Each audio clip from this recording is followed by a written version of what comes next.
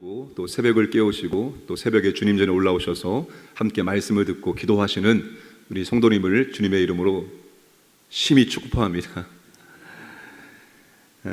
여섯째 날에 하나님이 사람을 창조하셨습니다. 인간 창조는 하나님의 창조의 절정입니다. 하나님의 사람을 특별하게 창조하셨습니다. 다른 모든 피조물은 하나님께서 있으라 하시니 그대로 되었습니다. 종류대로 창조하셨습니다. 그러나 사람만큼은 하나님께서 친히 우리가 우리의 형상대로 우리의 모양대로 만들자 하나님의 손수 사람을 창조하셨습니다. 사람이 특별한 존재의 이유는 하나님을 닮았기 때문입니다. 하나님이 본체이시고 그 본체의 형상이 바로 사람입니다. 따라서 사람은 소유, 출신, 배경, 신분, 외모, 성별과 상관없이 그 존재로 가치가 있습니다. 그래서 영국의 양심이라고 불렸던 노예 해방의 영웅이었던 윌리엄 윌버포스라는 정치인과 또 미국의 아브라함 링컨이 노예 해방을 주관했고 결국 노예 해방을 이루어낼 수가 있었던 것입니다. 죄는 미워하되 사람은 미워하지 말라는 말을 하죠. 아무리 죄인일지라도 우리가 보기에는 극악무도한 죄인일지라도 하나님의 형상을 가지고 있기 때문에 우리가 그 사람을 미워해서는 안 되는 겁니다. 그러니까 하나님은 사람을 대하는 태도를 곧 하나님을 대하는 태도와 동일하게 보십니다. 구약의 가장 연약한 사람이 바로 고아와 과부인데 그 연약한 사람을 어떻게 대하느냐, 그것이 곧 하나님을 대하는 태도와 동일하게 본다는 거예요. 그러니까 우리가 아무리 연약하고 아무리 보잘것없는 사람일지라도 그 사람을 우리는 가치 있게 존귀하게 대할 수 있어야 되는 거예요. 그것이 곧 하나님을 대하는 태도와 동일하기 때문입니다. 자, 사람은 하나님을 닮은 존재로 창조되었기 때문에 가장 아름다운 사람, 가장 멋진 사람은 어떤 사람일까요? 하나님을 드러내는 사람입니다. 우리는 하나님과 공유하는 속성이 있습니다. 그리고 하나님은 하나님에게만 있는 속성이 있습니다. 영원성, 불변성, 전능성, 그리고 편재성. 이거는 하나님께서 사람에게 준 것이 아닙니다. 이것은 오직 하나님께만 있는 비공유적 속성이라고 말합니다. 그러나 하나님께서 사람을 하나님을 닮게 만들었기 때문에 사람은 하나님과 공유하는 속성이 있습니다. 뭐가 있을까요? 지혜, 지식, 사랑, 능력, 자비, 이런 것들이 전부 다 하나님의 속성을 드러내는 것입니다. 하나님의 속성을 회복하면 회복할수록 우리의 모습과 삶을 통해서 하나님을 드러내게 되는 것입니다.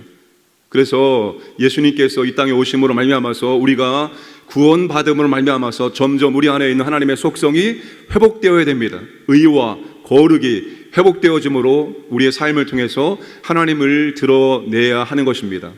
인간은 하나님을 비추는 거울이라고 말했습니다. 그러니까 우리가 하나님의 이 속성을, 하나님의 형상을 회복하면 회복할수록 우리의 삶을 통해서 하나님이 더욱더 존귀하게 드러나게 되는 것입니다. 저는 평상복을 입고 나가면 목사로 보지 않습니다. 평상복을 입고 나갔을 때 저를 목사라고 한 사람은 제가 거의 보지 못했던 것 같아요. 근데 이번에 고등부 수련회 격려를 하고 내려오면서 가평에 식당에 들어갔는데, 식당에 들어가서 주문을 하려고 앉아있는데 사장님 오시더니 저한테 대뜸 하는 말이 목사님이시죠? 이러는 거예요. 야, 저를 목사로 보는 사람이 드문데 어떻게 하셨습니까? 물어보니까 그렇게 보였습니다. 왠지 정갈해 보였습니다. 그렇게 말을 하는 거예요. 야, 이제 나도 누군가 목사로 보기 시작하는구나, 이런 마음속에 즐거움이 있었습니다. 여러분, 우리의 삶을 통해서 누군가가 혹시 교회 다니세요? 혹시 예수님 믿으세요? 이렇게 질문할 수 있어야 됩니다. 더 나아가서 우리의 삶의 모습을 보고 참 예수 믿는 사람들 아름답다, 보기 좋다, 나도 한번 교회 나가볼까? 나도 한번 예수 믿어볼까? 이런 마음을 들게끔 해야 되는 것입니다. 안디옥 교회 제자들이 비로소 그리스도인이라 일컬음을 받았다고 말합니다. 안디옥 교회에 있는 성도들의 삶을 통해서 그 안디옥에 있는 사람들이 당신들은 그리스도인입니다 라고 말했던 것입니다. 당신들은 예수 믿는 사람들입니다. 당신들의 삶의 모습을 통해서 당신들의 말과 당신들의 삶의 방식, 당신들의 인생관, 가치관, 세계관을 통해서 당신들은 그리스도인입니다. 그리스도의 편지입니다. 그리스도의 향기입니다. 이런 고백을 드릴 수 있어야 됩니다. 우리의 삶이 곧 복음을 증거하는 것이 되어지고 우리의 삶의 모습이 곧 하나님을 드러낼 수 있어야 되는 것입니다. 하나님의 형상을 더 회복해 나가기를 주님의 이름으로 축복합니다. 사람의 존재 방식도 하나님을 닮았습니다. 자, 하나님은 사람을 남자와 여자로 창조하셨습니다.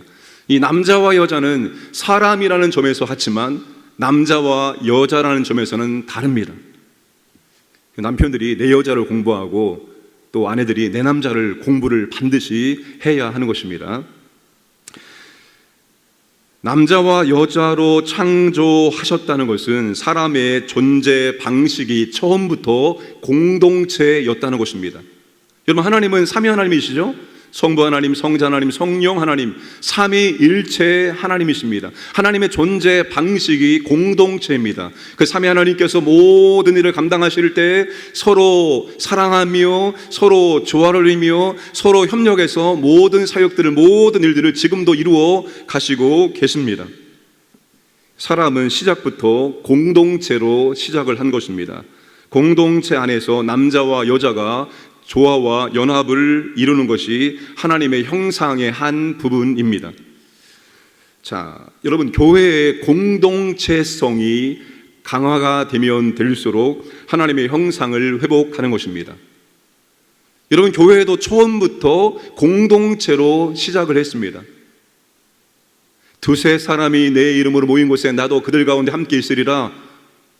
예수님께서 세상의 죄인들 가운데에서 특별히 선택하여 불러 모은 공동체가 바로 교회입니다. 이 교회의 출발도 처음부터 공동체였습니다.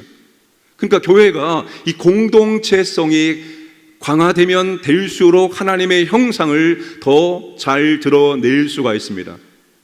코로나와 같은 힘들고 어려운 상황을 만났을 때 그 어려움을 잘 감당해내는 교회는 공동체성이 강한 교회입니다.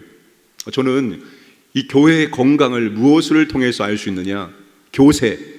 여러분, 교회의 크기는, 교세는 주일 예배 출석 수를 통해서 알 수 있습니다. 우리 주일날 몇 명이 와서 예배 드리느냐? 그 교회의 크기예요.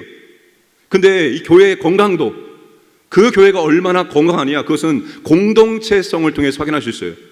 교회의 공동체성을 보여주는 지표가 무엇이냐? 뭘 것 같습니까? 뭘 것 같아요? 구역 모임 수입니다. 공동체성은 성도들이 얼마나 연결되고 결합하고 얼마나 삶과 믿음을 함께하고 있느냐, 그거의 공동체성을 보여주는 거예요. 그래서 코로나를 보내면서 공동체성이 강한 교회들이 있습니다. 셀 교회들, 소그룹 중심의 교회들, 공동체성이 다른 일반적인 교회보다 훨씬 더 강합니다. 이런 공동체성이 강해지만 교회는 난관을, 어려움을 이겨낼 수 있어요. 서로가 붙잡아주고 격려해주고 위로해주고 도와주고 함께하심을 통해서 우리가 어려움을 극복해 나갈 수 있기 때문입니다. 그렇기 때문에 여러분, 구역 모임이 그만큼 중요한 거예요. 교회는 두 날개가 건강해야 됩니다. 주일 예배와 구역 모임, 두 날개가 건강할 때 비상할 수 있습니다. 한쪽 날개가 꺾어버리면 절대로 비상할 수가 없습니다. 그래서 제가 구역 모임을 그렇게도 강조하고 중요하게 여기는 것입니다. 우리 교회가 정말로 건강한 교회가 되려면 구역 모임 숫자가 주일 예배 출석을 능가해야 됩니다. 될 수 있을까? 할 수 있을까? 되는 교회 많습니다. 이게 뭘 말합니까? 예배는 나오지 않지만 구역 모임에는 나오는 성도들이 있는 교회들은 구역 모임 수가 주일 예배 출석을 능가해버립니다. 그게 건강한 교회예요. 공동체성이 강한 교회가 건강한 교회임을 잊어서는 안 됩니다. 주일 예배 많이 나왔다고 해서 그 교회가 건강한 교회냐? 그럴 수도 있고 아닐 수도 있습니다. 그러나 구역 모임이 많이 나온다, 이 교회는 확실하게 건강한 교회라고 말할 수가 있습니다. 공동체성이 강화되는 교회가 하나님의 형상을 회복하는 교회임을 우리가 반드시 기억을 해야 합니다. 하나님 인간을 창조하는 목적은 여러 가지가 있습니다. 하나님을 찬양하고 하나님을 경배하고 하나님과 교제하고 여러 가지 많은 목적이 있는데 그 가운데 하나가 바로 28절에 생육하고 번성하여 땅에 충만하라, 땅을 정복하라, 모든 생명을 다스리라. 인간이 하나님의 대리 통치자가 되는 것입니다. 하나님이 창조하신 피조 세계를 관리하고 보살피는 명령을 주셨습니다. 피조 세계를 하나님의 뜻대로 보살펴야 됩니다. 잘 가꾸고 그리고 더욱더 발전될 수 있도록 만드는 것이 하나님 인간에게 주신 중요한 사명입니다. 코로나 바이러스가 왜 생기게 되었습니까? 하나님이 주신 피조 세계를 잘 관리하고 잘 다스려야 되는 인간의 사명을 잘 감당하지 못한 결과가 바로 코로나 바이러스입니다. 하나님께서 사명을 말씀하신 이후에 두 가지가 나옵니다. 그것이 바로 첫 번째가 먹을 거리를 주신 것이고 두 번째가 안식입니다. 여러분, 사명과 먹을 거리와 안식은 밀접한 관련이 있습니다.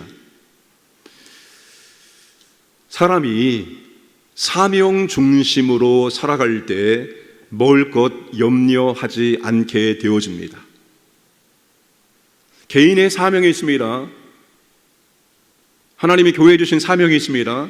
모든 교회가 다 똑같은 일을 하는 것이 아닙니다. 물론 공통적인 것이 있습니다. 그러나 하나님께서 그 교회에 특별히 주신 사명이 있어요. 개인이든 교회이든 사명 중심의 삶을 살아갈 때 비로소 우리가 먹을 것 걱정하지 않게 됩니다. 왜? 하나님이 그 사명을 잘 감당할 수 있도록 먹을 것을 공급해 주시기 때문입니다. 여러분, 회사가 외국에 출장을 보내놓고 그 사람에게 숙식을 다 제공해 주는 거예요. 모든 경비를 회사가 다 책임져 주는 거예요. 우리 인생은 출장 인생입니다. 잠시 하나님께서 우리를 이 땅에 보내시고 이 땅의 사명이 끝나면 하나님 부르시면 다시 하나님 아버지가 있는 천국에 가는 거예요. 출장 인생인데 하나님께서 출장 보내신 목적대로 살면 되는데 우리가 그 목적대로 살지 않고 사명대로 살지 않고 우리가 경비 걱정을 하고 있는 거예요. 사명 중심을 살아갈 때 하나님께서 모든 먹을 거리를 하나님이 공급해 주시겠다는 것입니다. 그래서 우리가 개인이든 교회이든 하나님이 주신 사명 중심으로 살면 되는 것입니다. 그리고 하나가 또한 안식입니다. 6일을 일하고 하루 일을 멈추는 안식을 통해서 항상 우리가 사명대로 살고 있는지를 점검을 해야 되는 겁니다. 사명 걱정하는 것이 아니라 우리가 먹을 것 걱정하는지 점검을 해보아야 된다는 거예요. 내 인생에 지금 사명대로 잘 가고 있는지, 아니면 내가 내 인생의 주인 되어서 내 인생을 염려하고 걱정하고 내 인생을 살기 위해서 발버둥 치고 있는지를 점검을 해야 한다는 것입니다. 우리가 일을 멈추고 안식할지라도 이 모든 세상은 하나님이 창조하신 대로 그리고 하나님께서 돌보시는 대로 다 유지가 되고 있는 것입니다. 이 일을 멈출 때 비로소 하나님의 일하심을 우리가 볼 수가 있는 거예요. 내 능력으로 내 힘으로 내가 일하기 때문에 내 인생이 돌아가고 이 우주 만물이 돌아가는 것이 아니라 내가 일을 멈추고 쉰다 할지라도 하나님께서 이 우주 만물을 통치하고 있기 때문에, 하나님이 내 인생도 통치하기 때문에 다 돌아가게 되는 것입니다. 그래서 우리의 인생은 주일 단위로 돌아가야 됩니다. 주일 단위예요. 1년 단위가 아니라 주일 단위입니다. 유일을 세상 가운데서 우리가 열심히 살고 주일날 하나님께 나와서 예배 드리면서 우리가 우리의 삶을 어떻게 살고 있는 점검하고 내가 잘못 살고 있구나, 내가 사명에서 벗어난 삶을 살고 있구나, 다시 궤도 수정을 하는 거예요. 다시 사명의 자리로 돌아오는 거예요. 그리고 사명 감당할 수 있는 은혜와 복을 하나님께 구하는 것입니다. 그 은혜와 복을 받고 다시 사명의 현장으로 나가는 것이 바로 우리의 삶이 되어야 하는 것입니다. 그게 하나님께서 우리에게 6일을 일하고 하루를 안식하며 하나님을 경배하도록 만든 중요한 이유 가운데 하나입니다. 하나님이 창조하신 목적대로 하나님의 형상을 회복하는 삶, 그리고 사명 중심의 삶을 살아가시기를 주님의 이름으로 축복합니다.